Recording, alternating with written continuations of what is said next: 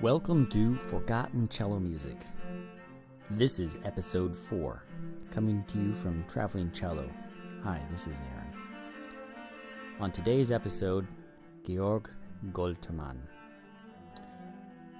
He was born in 1824, died in 1898, from Germany. This cellist composer wrote a lot of music, but first, let me give you a little life sketch of his. He began cello lessons with Joseph Mentor. He had composition lessons from Ignaz Lachner. In addition to those two, he learned conducting. In 1852, he toured Europe as a soloist. After the tour, he accepted a directorship in Würzburg.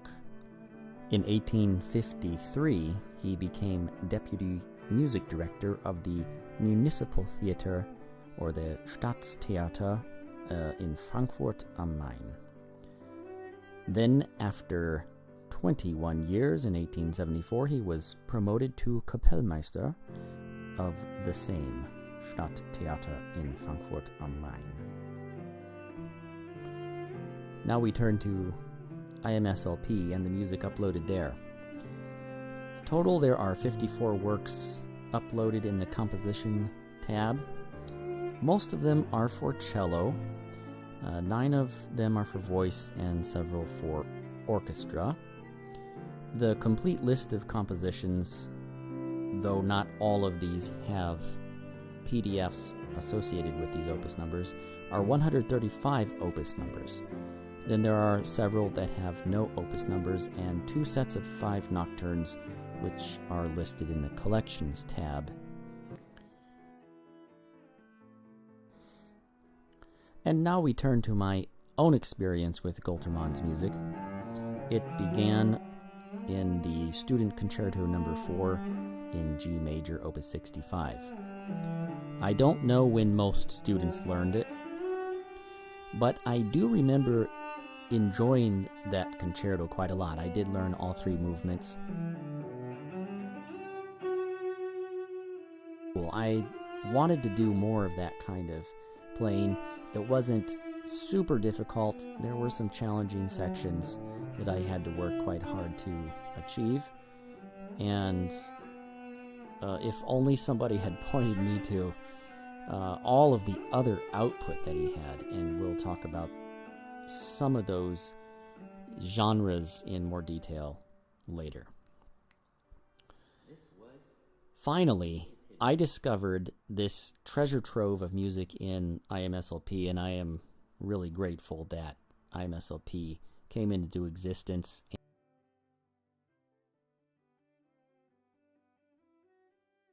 When I first started using IMSLP, cello music was understandably thin back then. There weren't that many uploads. But I do remember seeing that there were other concertos, and I was thinking, wow, okay, so number 4 is not an arbitrary number. There really are other concertos that he wrote, and I was very happy to see that. And then I would check back periodically to see what else was uploaded, and to my delight, I discovered that he also wrote Nocturnes, Sonatinas, Tonbilder, or tone pictures, tone poems, as we might say. The first genre that I will talk about are the Nocturnes. It's really this set of 5 Nocturnes that I found in the Collections tab. And I just clicked on it to see, and lo and behold, there were those set of 5 Nocturnes for intermediate cello, and there also happens to be a set of 5 Nocturnes for advanced cello. It's these Nocturnes, they 5, 6, maybe 7 years ago now, they kicked off my true intrigue about forgotten cello music and thought, wow, this might be possible. They're easy to get under the fingers, they move along. Next comes the genre of sonatinas. I remember discovering sonatinas when I was taking piano lessons and thinking, where are the Sonatinas for cello? I've heard of a few at this point in college. I've heard of a few sonatinas for violin, but never sonatinas for cello, and I thought that was very strange. And finally, voila, IMSLP comes along. People upload sonatinas left and right for cello by Goltermann and Klingel and several others. 3 sonatinas. Goltermann wrote 3 sonatinas. Come on, people. Why are we not playing this music? These sonatinas have their charm. I strongly believe that these type of sonatinas are like a connection between the very simple and then the slightly more complicated character pieces, the intermediate character pieces that are just a through composed or an ABA or something like that. These 3 sonatinas are a perfect example of something that the student can accomplish, I think, quite readily if they've been prepared for it. Go think of the Marcello, the Eccles, Vivaldi, Sammartini, and the Bach suites. You could throw those in that category for technical reasons. And you've got a fantastic segue into the higher brow literature, the greats, the Beethovens and Brahms and Mendelssohns and Shostakoviches. Those are obviously advanced, but these do a specific job of preparing you to play those pieces. When I found these sonatinas, I thought, man, if only I could have played something like this. I feel like I might have been a little bit more prepared for what was coming. They prepare you in form, in structure. You learn the sonatina form this way, rather than just having the old Sonata da Chiesa from Vivaldi and Marcello and all those. You get the romantic style allegro form, the sonata allegro form, as they say.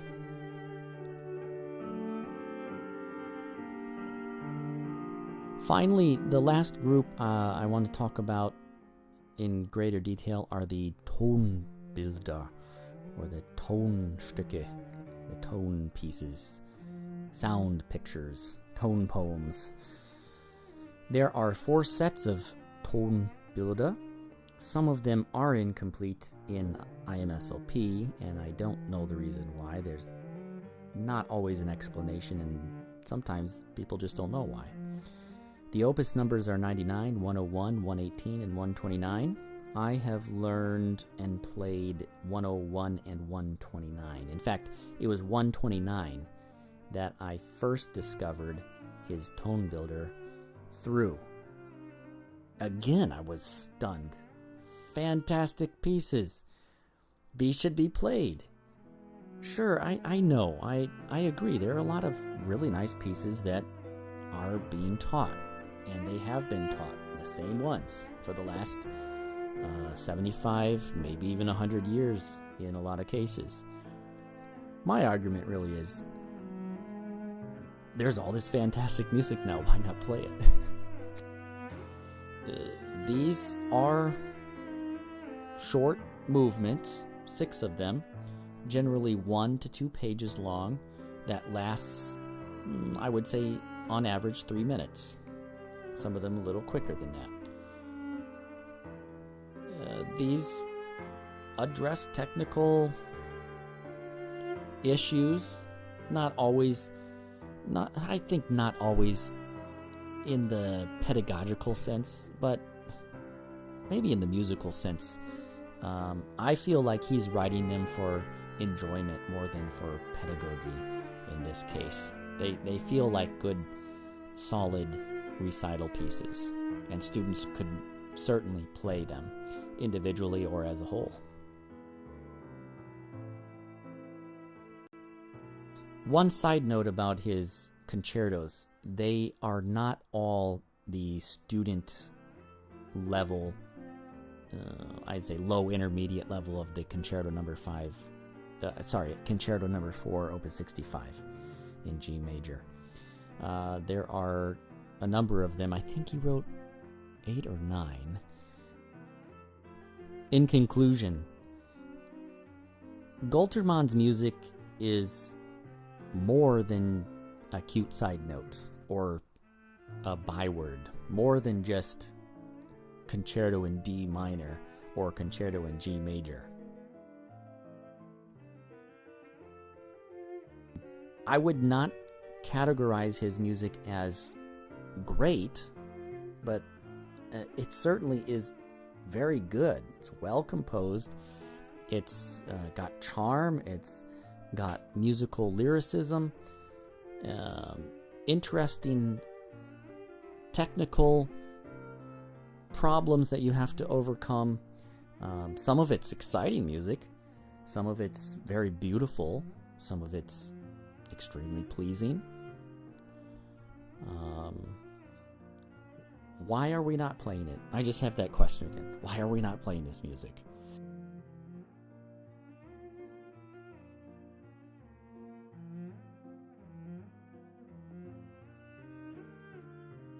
There's so much that I want to do, and I want to get out there and show people that it's really good music.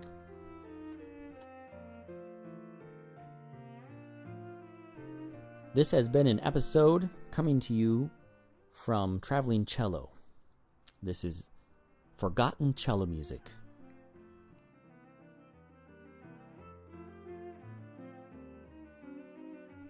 Play more forgotten cello music. Auf Wiedersehen.